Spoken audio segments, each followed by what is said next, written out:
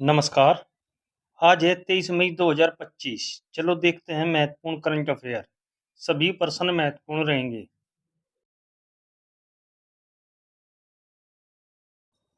प्रश्न है, केंद्रीय जांच ब्यूरो के वर्तमान निर्देशक हैं जिनके कार्यकाल को हाल ही में विस्तार दे दिया गया है। ए डॉक्टर अरुण कुमार, बी प्रवीण सूद, सी आलोक जोशी, डी विनय वर्मा।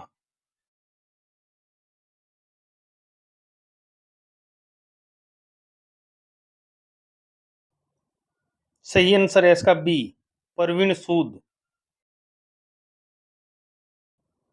भारत सरकार ने केंद्रीय जांच ब्यूरो के निर्देशक प्रवीण सूद का कार्यकाल 1 साल के लिए बढ़ा दिया है। प्रवीण सूद का मौजूदा 2 साल का कार्यकाल 25 मई 2025 को समाप्त होना था।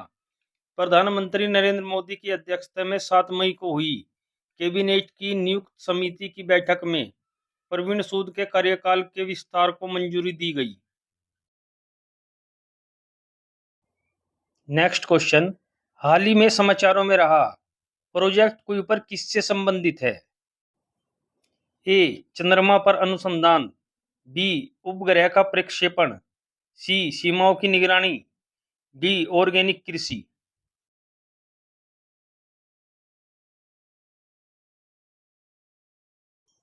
सही आंसर है इसका बी उपग्रह का प्रक्षेपण। अमेरिकी कंपनी अमेजन ने प्रोजेक्ट कुइपर के तहत अपने 27 उपग्रहों का पहला बेंच अंतरिक्ष में प्रक्षेपित किया है। इसका उद्देश्य किफायती ब्रॉडबैंड इंटरनेट नेटवर्क प्रदान करना है। जेफ बेजोस की कंपनी अमेजन, एलन मस्क की स्पेसएक्स स्टारलिंक अंतरिक्ष आधारित ब्रॉडबैंड लिंक नेटवर्क से प्रतिस्पर्धा करने की योजना बना रही है। नेक्स्ट क्वेश्चन, मध्य प्रदेश सरकार ने प्रोजेक्ट चीता के तहत 8 चीते लाए जाने की घोषणा की है। ये चीते किस देश से लाई जाएंगे? ए दक्षिण अफ्रीका, बी बोत्सवाना, सी नाम्बिया, डी नाइजर।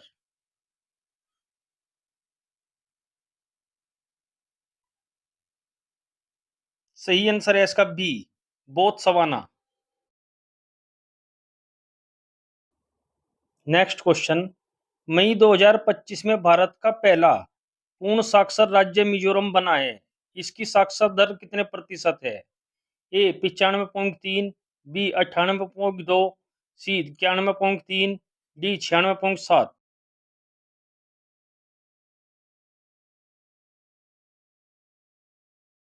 सही आंसर है इसका बी 98.2%।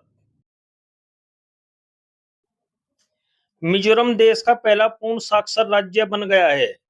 इसकी घोषणा मुख्यमंत्री लाल दुहोमा ने मिजोरम विश्वविद्यालय में शिक्षा राज्य मंत्री जयंत चौधरी की उपस्थिति में की। 2011 की जनगणना में मिजोरम की साक्षरता दर 91.33% थी, जो कि अब बढ़कर 98.2% पहुंच गई है। नेक्स्ट क्वेश्चन, कन्नड़ लेखिका बानू मुश्ताक को हार्ट लैम्प पुस्तक के लिए अंतर्राष्ट्रीय बुकर पुरस्कार 2025 दिया गया। इसका अंग्रेजी में अनुवाद किसने किया? ए अनीता शर्मा, बी रजनी मल्होत्रा, सी दीप भास्ती, D Kriti Sanon.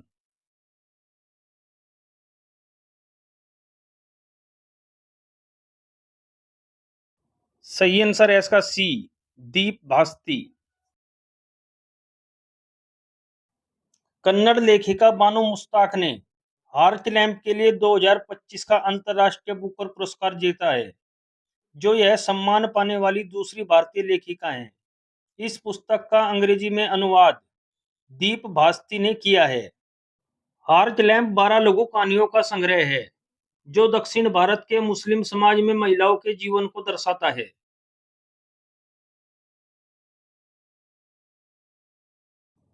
Next question, हाल ही में किसके द्वारा लिखित पुस्तक व्हाइट लिलीज का विमोचन किया गया? ए प्रेरणा गर्ग, बी निया रेड्डी, सी दीप्ति गोयल, डी विद्या कृष्णन।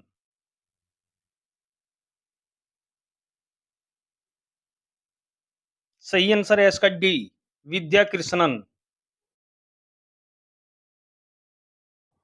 नेक्स्ट क्वेश्चन, हाल ही में कहाँ ध्रुवीय भवन और सागर भवन केंद्रों का उद्घाटन हुआ है? ए उत्तराखंड, बी गोवा, सी मध्य प्रदेश, डी उत्तर प्रदेश।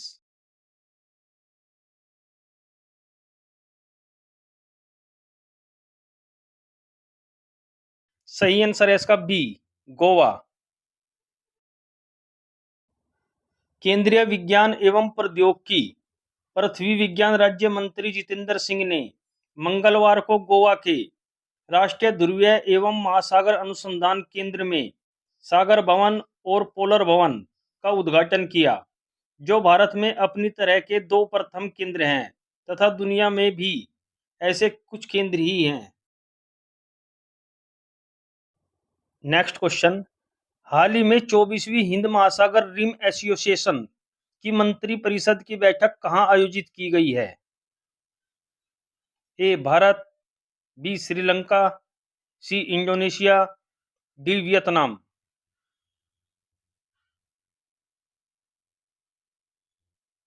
सही आंसर है इसका बी, श्रीलंका। नेक्स्ट क्वेश्चन, हाल ही में कहां एशियाई शेरों की आबादी 5 साल में 674 से बढ़कर 891 हो गई है? ए गुजरात, बी राजस्थान, सी महाराष्ट्र, डी मध्य प्रदेश।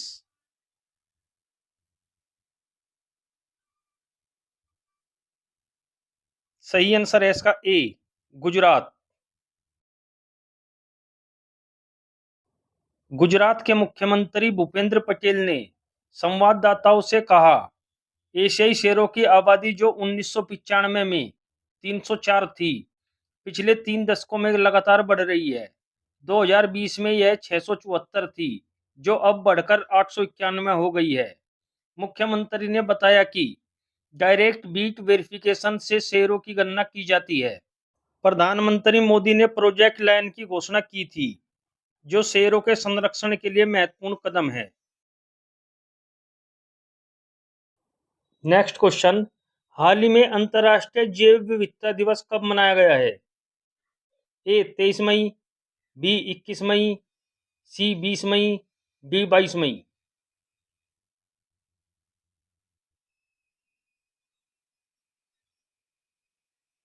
सही आंसर है इसका डी, 22 मई।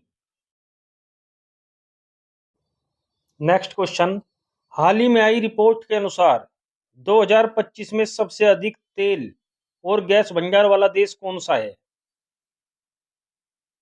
ए Iran, B Venezuela, C Saudi Arabia, D Taiwan.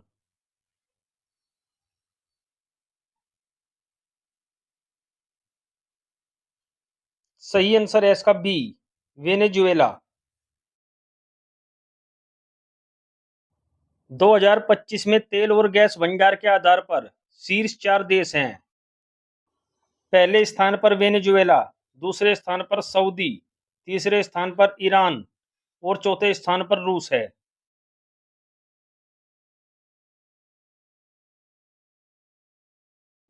अब देखते हैं कल के प्रश्नों के सही जवाब। प्रश्न नंबर 1, किस राज्य सरकार ने आदिवासी किसानों के लिए इंदिरा सौरगिरी जल विकासम योजना का शुभारंभ किया है? सही आंसर है इसका डी, तेलंगाना। प्रश्न नंबर 2, हाल ही में कामिल इदरीस को किस देश का प्रधानमंत्री नियुक्त किया गया है? सही आंसर है इसका डी, सूडान।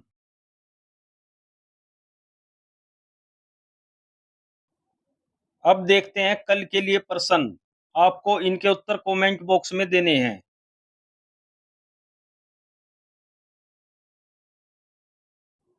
प्रश्न नंबर 1, हाल ही में कहां एशियाई शेरों की आबादी 5 साल में 674 से बढ़कर 891 हो गई है? प्रश्न नंबर 2, हाल ही में आई रिपोर्ट के अनुसार 2025 में सबसे अधिक तेल और गैस भंडार वाला देश कौन सा है? अब देखते हैं भारत की जनगणना से संबंधित जानकारी। प्रश्न, भारत में जनगणना कराने का उत्तरदायित्व किसका है? उत्तर, भारत में जनगणना कराने का उत्तरदायित्व भारत के महापंजीयक और जनगणना आयुक्त के कार्यालय का है, जो भारत सरकार के गृह मंत्रालय के अधीन कार्य करता है। आगामी जनगणना में जाति गणना कराने का फैसला। आपको इस वीडियो में भारत में जनगणना का इतिहास और जाति जनगणना से संबंधित जानकारी दी जाएगी, जो सभी परीक्षाओं के लिए उपयोगी होगी। सरकार ने आगामी जनगणना में जाति गणना भी कराने का फैसला किया है। प्रधानमंत्री नरेंद्र मोदी की अध्यक्षता में 30 अप्रैल 2025 को हुई मंत्रिमंडल की राजनीतिक मामलों की कैबिनेट समिति ने यह निर्णय लिया है। कोविड-19 महामारी के कारण 2021 की जनगणना में देरी हुई है। अब इसकी 2025 में शुरू होने की उम्मीद है।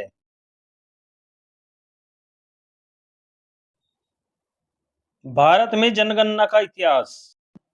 गवर्नर जनरल लॉर्ड मेयो के शासनकाल में 1872 में पहली जनगणना शुरू की गई थी। यह जनगणना संपूर्ण भारत में नहीं की गई थी। पहली पूर्ण जनगणना गवर्नर जनरल लॉर्ड रिपन के शासनकाल में 1881 में हुई, जो कि ब्रिटिश भारत की पहली समकालिक जनगणना थी। 1881 के बाद से हर 10 साल में जनगणना की जाती रही है। 1881 से जनगणना में जाति को भी शामिल किया गया था। आखिरी जाति जनगणना 1931 में हुई थी। स्वतंत्रता के बाद भारत सरकार ने जाति गणना बंद कर दी। हालांकि 1951 से हर जनगणना में अनुसूचित जाति और अनुसूचित जनजाति की आबादी की जनगणना की गई। कई विसंगतियां पाए जाने के कारण सरकार ने जाति के आंकड़ों को कभी जारी नहीं किया। 2015 में प्रधानमंत्री नरेंद्र मोदी की नेतृत्व वाली एनडीए सरकार ने 2011 की सामाजिक आर्थिक जाति जनगणना से जाति के आंकड़ों को वर्गीकृत करने के लिए अरविंद पनगड़िया की अध्यक्षता में एक समिति का गठन किया था। जातिगत जनगणना का महत्व। जातिगत जनगणना वंचित समूहों की पहचान करने और उन्हें नीति निर्माण की मुख्य धारा में लाने में मदद कर सकती है। जनसंख्या पर उचित आंकड़े के बिना इन नीतियों के प्रभाव और प्रभावशीलता का मूल्यांकन करना चुनौतीपूर्ण हो जाता है।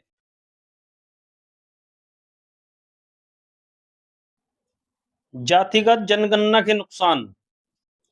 जातियों को परिभाषित करना एक जटिल मुद्दा है, क्योंकि भारत में हजारों जातियां और उपजातियां पाई जाती हैं।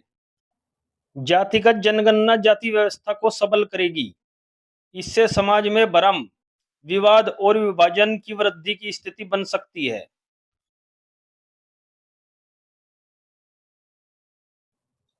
जातिगत जनगणना का संविधान पर प्रभाव। जातिगत जनगणना का अनुच्छेद 15 और 16 पर गहरा प्रभाव पड़ता है, क्योंकि यह संविधान के दो महत्वपूर्ण अनुच्छेद हैं, जो सामाजिक न्याय और समानता से संबंधित है। जातिगत जनगणना के माध्यम से हम विभिन्न जातियों की सामाजिक आर्थिक स्थिति, शिक्षा और रोजगार जैसे क्षेत्रों में उनकी हिस्सेदारी को बेहतर ढंग से समझ सकते हैं।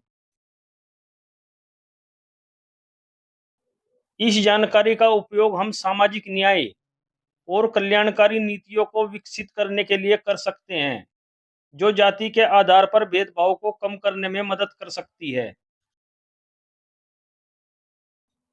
अनुच्छेद 15 भेदभाव का निषेध।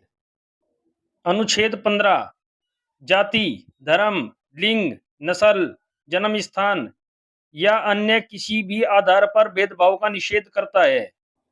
विशेष प्रावधान।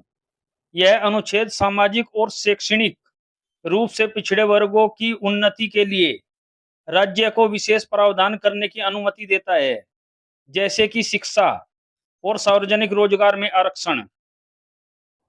अनुच्छेद 16 सार्वजनिक रोजगार में समानता। अनुच्छेद 16 सार्वजनिक रोजगार में अवसर की समानता सुनिश्चित करता है, यानी सभी को बिना किसी भेदभाव के नौकरी के लिए आवेदन करने और पदोन्नति पाने का अधिकार है। आरक्षण, यह अनुच्छेद राज्य को पिछड़े वर्गों के लिए सार्वजनिक सेवाओं में आरक्षित पदों की स्थापना करने की अनुमति देता है, जिनका राज्य की राय में सेवाओं में पर्याप्त प्रतिनिधित्व नहीं है। निष्कर्ष, जाति जनगणना भारत के डेटा संचालित शासन में प्रमुख बदलाव का प्रतीक है, जिसका उद्देश्य प्रतिनिधित्व व्यवस्था एवं लोगों के कल्याण संबंधी ऐतिहासिक अंतराल को कम करना है। हालांकि यह समावेशित एवं बेहतर नीति निर्माण पर केंद्रित है, लेकिन सटीकता, राजनीतिकरण एवं सामाजिक सद्भाव से संबंधित चिंताओं का समाधान किया जाना चाहिए। सतत विकास लक्ष्य संख्या 16 के अनुरूप मजबूत सुरक्षा उपाय और पारदर्शी निष्पादन इसकी सफलता की कुंजी है। हमारे चैनल को लाइक करें और सब्सक्राइब करें। नोटिफिकेशन पाने के लिए बेल आइकन का बटन दबाएं।